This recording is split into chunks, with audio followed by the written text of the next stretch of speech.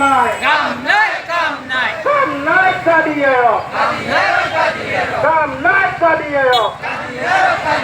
BJP চৰকাৰ হায় হায় হায় হায় হায় হায়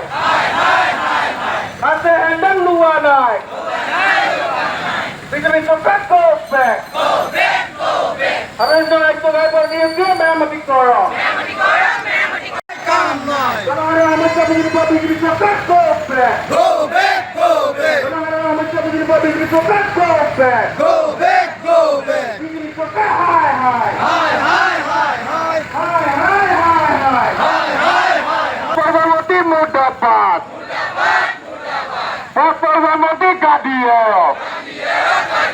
Parvamati mudapat.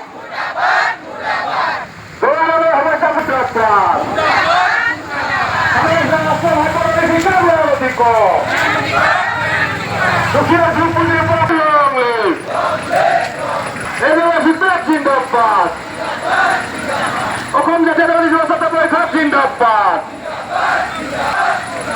Wassalamu mati hai hai.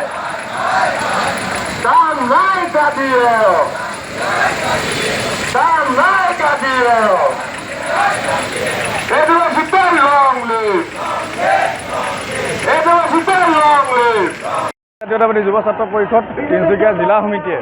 37 নং আৰু 38 নং ৰাষ্ট্ৰীয় ঘাইপথৰ যি দুৰৱস্থা এই দুৰৱস্থাৰ অতি শীঘ্ৰে আচলতে নিৰ্মাণ কৰিবৰ বাবে আমি মানৱ শৃংখলা আৰু বিক্ষোভ কাৰ্যসূচী আমি আন্দোলন কৰিছোঁ আৰু এই বিক্ষোভ কাৰ্যসূচীৰ জৰিয়তে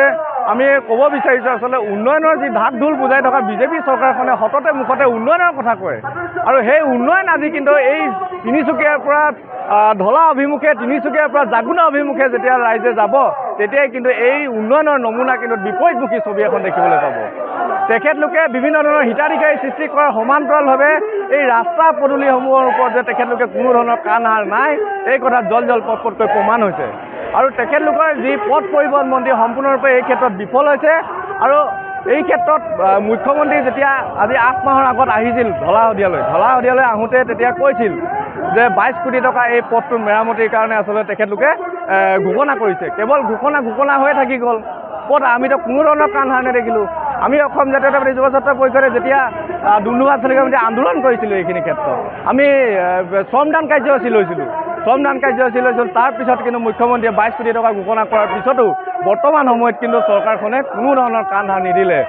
কেৱল মাত্ৰ তেখেতলোকৰ ৰাজনৈতিক মুনাফাৰ বাবে ৰাজনৈতিক যি ভোটৰ লাভালাভ সেই লাভালাভৰ বাবে তেখেতলোকে বৰ্তমান সময়ত ৰাইজৰ আগত আগুৱা বাঢ়ি থাকে বিভিন্ন ধৰণৰ মিছা প্ৰতিশ্ৰুতিৰে ৰাইজক আকৰ্ষিত কৰিবৰ যি পৰিকল্পনা এই পৰিকল্পনা কিন্তু সম্পূৰ্ণৰূপে তছনছ হ'বলৈ গৈ আছে আৰু এইখিনি ক্ষেত্ৰত বৰ্তমান অতি শীঘ্ৰে এই 38 নং আৰু 37 নং ৰাষ্ট্ৰীয় ঘাইপথটো অতি শীঘ্ৰে নিৰ্মাণ কৰক অন্যথা আমি অসম জাতীয়তাবাদী যুৱ ছাত্ৰ পৰিষদে ইয়াৰ ওপৰত তীব্ৰ আন্দোলন গঢ়ি তুলিবলৈ বাধ্য হ'ম সমান্তৰালভাৱে এটা কথা ক'ব বিচাৰোঁ যে ইয়াত এজন মন্ত্ৰী আছে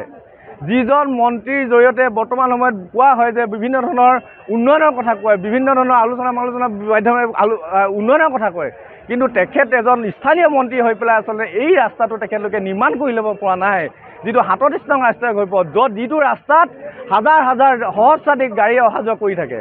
এই ওচৰতে ডন বস্কো স্কুল বিভিন্ন ধৰণৰ স্কুল আছে